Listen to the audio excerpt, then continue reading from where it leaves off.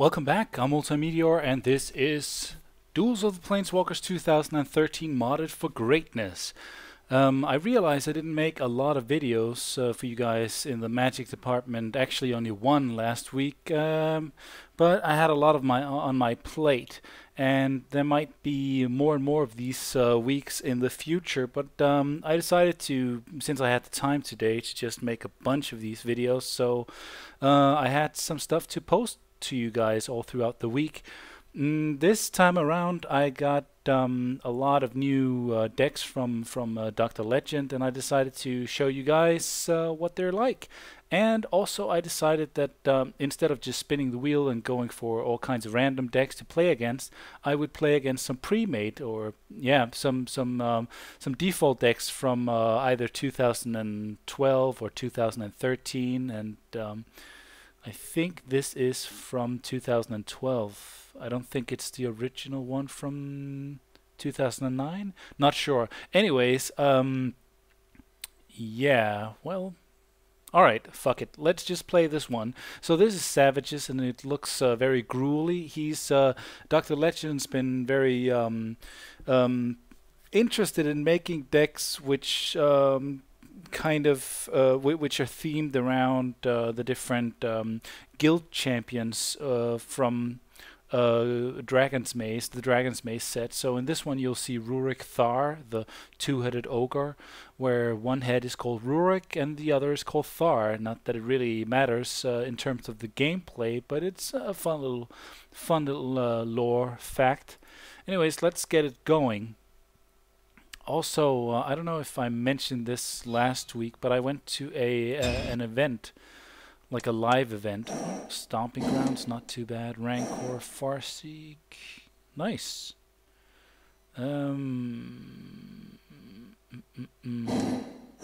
Savageborn Hydra is also new. Champion of Lamholt. Huh.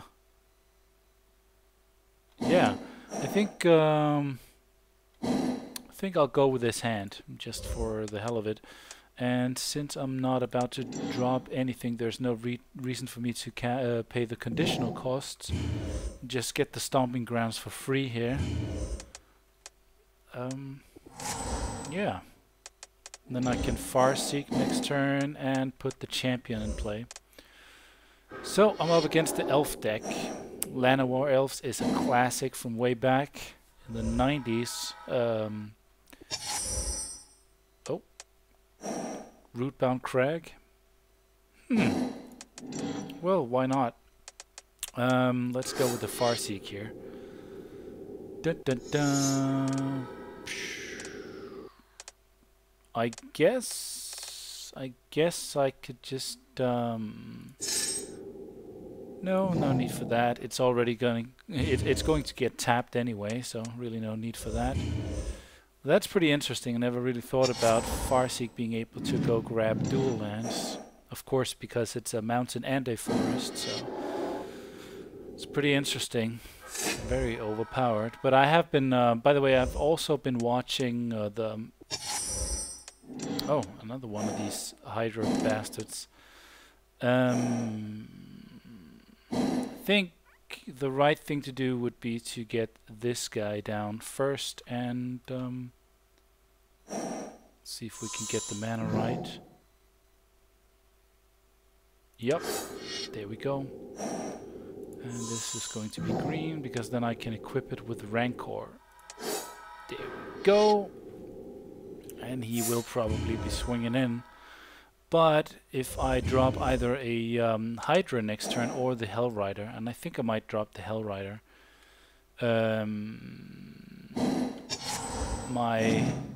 my champion will become a 4/2. Oh, well, that kind of sucks, not gonna lie.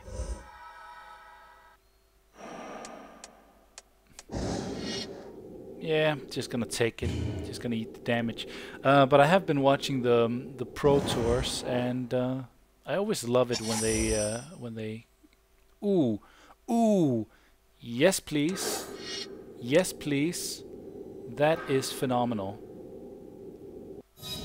So that could very quickly get out of hand. I'm thinking maybe I should have dropped the Hydra instead. Yeah, that was pretty stupid. Well, maybe not. Let's just get this guy down. And will I swing in? He will start producing those damn tokens, but I want my guy to become big. Anyways, I think, yeah, I think it's a fair trade. I mean, if I swing in now, let's just see. This could become a real pain in the neck, and I think either of these would be good to keep back, but I don't want him to gain a lot of creatures. I want him to be low on creatures, and I don't want him to have a 3/3. The 1/1 is pretty vanilla, and the same goes for the 2/2. I mean, it's great that he can produce more mana, but aside from that, it's not too impressive. So yeah, do 2 points of damage here with the Hell Rider. Nope, he's just gonna eat it, and that's pretty good as well. So that's 10 points of damage, regardless. So he didn't want to trade, and I can see why, but it also gives me some information. Okay, yeah, that's dead. All right, bounce back to my hand. Not too bad. That's the Rancor is gonna be great with the Savage-born Hydra. Ooh, not too bad either. Yeah, maybe I should just force his hand a little bit. I don't really think there's a reason to drop the Hydra just yet. Just swing in with these two and do a bit of damage. Let's just kill this before he starts getting unruly. So he'll have to double block in order to kill my Hell Rider.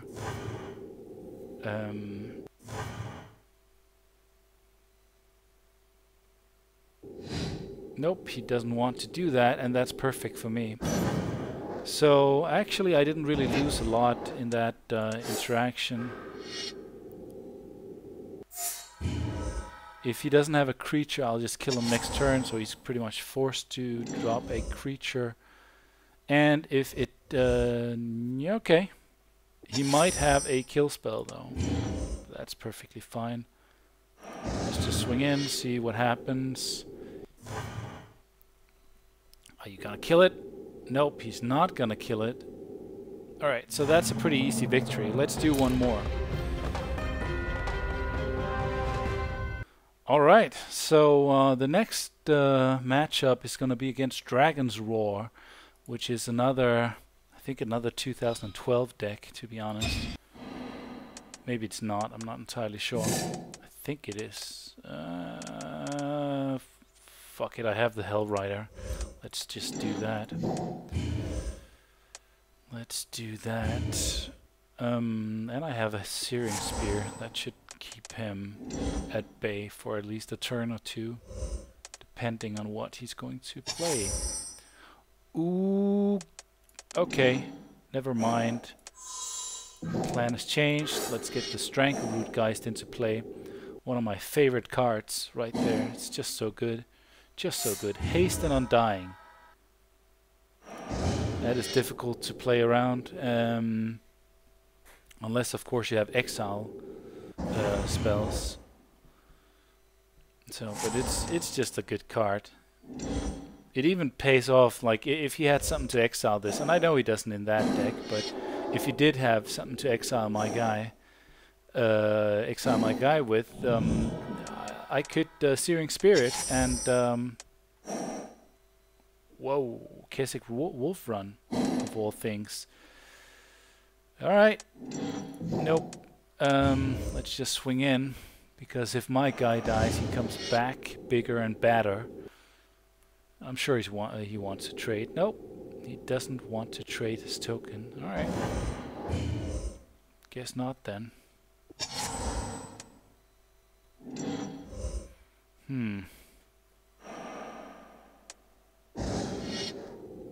Next turn I'll be dropping the Hell Rider, swing in for 5 plus the 2 points of damage, so that's 7 points of damage right there. More of these little annoying, pesky little bastards. I think drop this, and then the turn after Keswick Wolf Run. It's gonna be sweet. Yeah. I think I can kill him in a couple of turns here, if I do this correctly. This is a very strong deck. You obviously see some of the more powerful cards in Magic here. Keswick Wolf Run is one of them. Well, obviously Stomping Grounds is great for mana fixing. Hell Rider is great. Strangleroot Geist is awesome. You have burn spells here, so it's not a traditional. It's not by any means a traditional. What's it called? Oh, Burst Lightning. Okay, so death to him. All right, so it'll take me a few more turns, I see. All right, yeah, sure, no problem.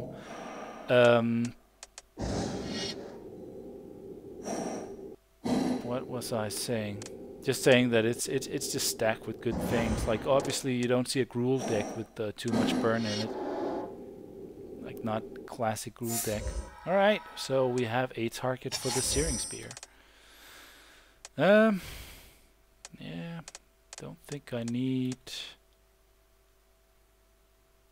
Well, why the hell not? Let's swing in, see what he does. If he wants to block, then we can block. Maybe only pump it for 1. Yeah, just pump it 1. What? No! How? What? Oh, because you tapped this land as well. Man, I'm dumb. Alright, anyways, let's drop the Experiment 1. It's not a total loss. So I can actually only pump it for 2. Next turn I should be able to pump it for 3. But I do really want to get rid of that Whelp. Dragon Whelp is going to annoy the shit out of me. Experiment 1 is really great in a deck where you have Undying creatures, because the Undying creature comes back. So if I had played this, if I had played the Strangleroot Geist, it would become a 2/2. Then as soon as it got killed, it would become a 3/3. Whoa, not bad. Yeah. Alright, but I do need to keep mana back for that, so let's just swing in with this little guy. It gives a trample. Huh. Interesting. I need to keep 2 mana. Okay, so I can only pump it for 1, I think. Yeah, only for 1. Right. Why does it say out of 4? I don't know. That's weird. That is weird. Okay. I want him to swing in and just pump his... Oh, wait a second. Okay, that's no good. Well, it's not gonna be a huge deal anyway. Because I have the Gore Clan Rampager, and I'm sure he's going to let me... Whoa, it has haste? Fucking hell, I forgot about that. Let's start out by killing that. Untap all attacking... Whoa! He can't afford to pay for that, so that's something. But I'm down to 8. Yikes. Yikes. No, I can deal with that. I'll kill him in the next turn anyways. Wow, that was close. That was close as hell. Vexing Devil? Not bad. Alright, I can kill him with what I have in hand there, or what I have on the table, so there's really no need to cast any spells here. Let's just do it the easy way. There we go. And death to you. So that was an exact Stevens. Alright, let me just show you the deck. Dun, dun, dun, dun, dun, dun, dun, dun, dun. All right, so what we have in the deck is 2 Keswick Wolf Run. You just saw how that works. It's a little expensive, but once you have the mana for it, it really makes a huge difference, especially for a Gruul deck, because obviously you have the Gruul colors, which it costs to activate the ability here. And it gives a trample, so it makes the guy bigger, and it gives a trample. And trample is really significant for big guys, which is kind of the Gruul trademark. And especially also when you have the Hydra with the double strike, that's really, really powerful. Makes it so that they can't just throw chomp blockers in front of it. Rootbound Crag, great land. Same goes for Stomping Ground. So let's see, how many lands do we have in here? We have 8, that's 13, that's 19. Wait. Plus 2 Keswick Wolf Run, so that's 21. Yeah, Dr. Legend doesn't like to put in a lot of lands, but see, that's 10, that's 21, yeah. That's not, I don't think that's enough, to be honest, but it is a deck filled with cheap creatures, somewhat at least. There's the Experiment 1, there's also other cheap spells. There's 2 Rancor, 2 Vexing Devil, which is a great card in this deck. There's okay, yeah, you should know it by now. It's in the, I think it's in the Grinning Malice deck as well. 3 Burning Tree Emissary, which has become a staple out of Gatecrash in the, at least in standard now, because if you play Naya or if you play Gruul or something to that effect, it's just a great card, because it 2-for-1. It gives you 2 creatures. If you start out with 2 Burning Emissaries and Burning Tree Emissaries in hand, you get 2 creatures down plus another spell for that costs 2. So that's insane right there. Farseek is a pretty, it's a decent, nothing special way of getting a Plains, Island, Swamp, or Mountain card. It's not, you can't get a Forest for some reason, so it's not the best. I forget what it's called, but it's in, I think it's in the Garrick deck. What's it called? Pack Instinct. It's also a 2-cost sorcery that puts a land into play tapped, or maybe untapped. I don't know. Forget, but that's way better. Anyways, Gruul Charm, we didn't get to play with that. Just like the other charms, it's a 2-cost, 1 red, 1 green, and you choose one of 3 effects. One is creatures without flying can't block this turn. Pretty interesting. Or gain control of all permanents you own, which is if somebody took gain control of your permanents, you can take them back. So pretty interesting as well. It's a very specific ability or effect, so it's not going to be useful a lot of the time. But if you play against decks that steal your permanents, then this card is certainly going to help you out. Or Gruul Charm deals 3 points of damage to each creature with flying. So it's basically making your creatures unblockable against a lot of decks. Against some decks, the first effect is not going to be useful. Then the second effect, like I said, is very specific. It's not going to be useful a lot of the times. You can use it, for example, in conjunction with spells where you trade permanents with some guy, and then you use the Gruul charm to get your permanents back. Pretty interesting effect in that respect. And against the flyer heavy decks, which could be, for example, in Ravnica terms, it could be Azorius, it could be Dimir, it could be those Sky Knight Legionnaires from the Boris guild. It could be something from the Orzhov clan or guild. What else could it be? Simic, definitely Simic. So is it also? So yeah, there are a few. There are definitely some takers for that effect. Savageborn Hydra, we saw that in the game, pretty good, double strike, and it comes onto the battlefield with X amount of counters. It's not as well. There are people who says that Primordial Hydra is better, but I think it's the Savageborn Hydra is better to begin with. It has a more. It is going to have a more immediate presence on the board when you drop it, and Primordial Hydra is going to be insane if you don't get rid of it quickly enough. So I think that's the difference right there. Searing Spear for those, 3 Strangle Rootgeist, another just such a good creature. 2 Champion of Lamphold, also a great creature. How many? 3 Gore Clan Rampagers is just a good card. It's cheap.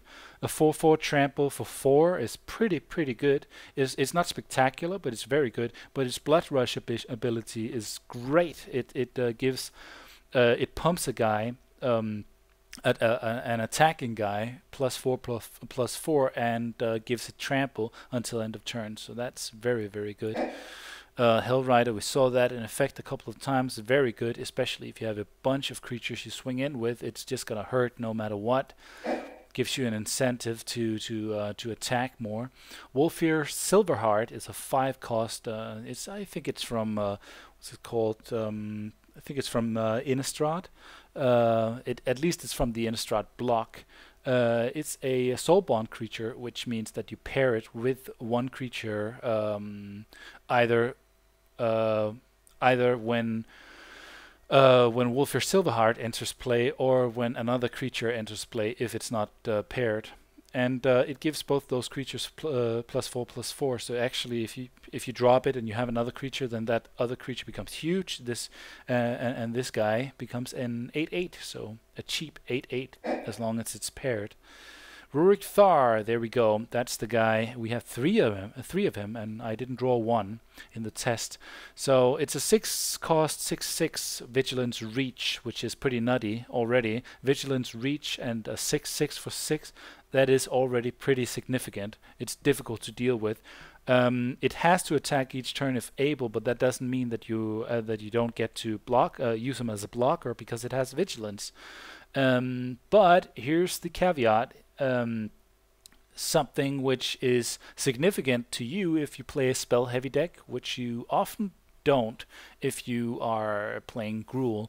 There are a bunch of spells in this deck, but this is definitely not this is not the most spell heavy Gruul colored deck I've seen, so it works really well. It works incredibly well against tricky decks. It works well against Isid, Azorius, and so on. But whenever a player casts a non-creature spell, Rurik Thar deals 6 points of damage to that player. So yeah, that is the deck. You see, it doesn't really have a beautiful curve here, but it has a lot of cheap spells. And since there's not a lot of lands in the deck, it is definitely you need a lot of cheap spells there, and there are some good ones, some very good ones among them. So great deck all in all. Found it very efficient. So hope you liked it. I'm multeyemeteor, and later.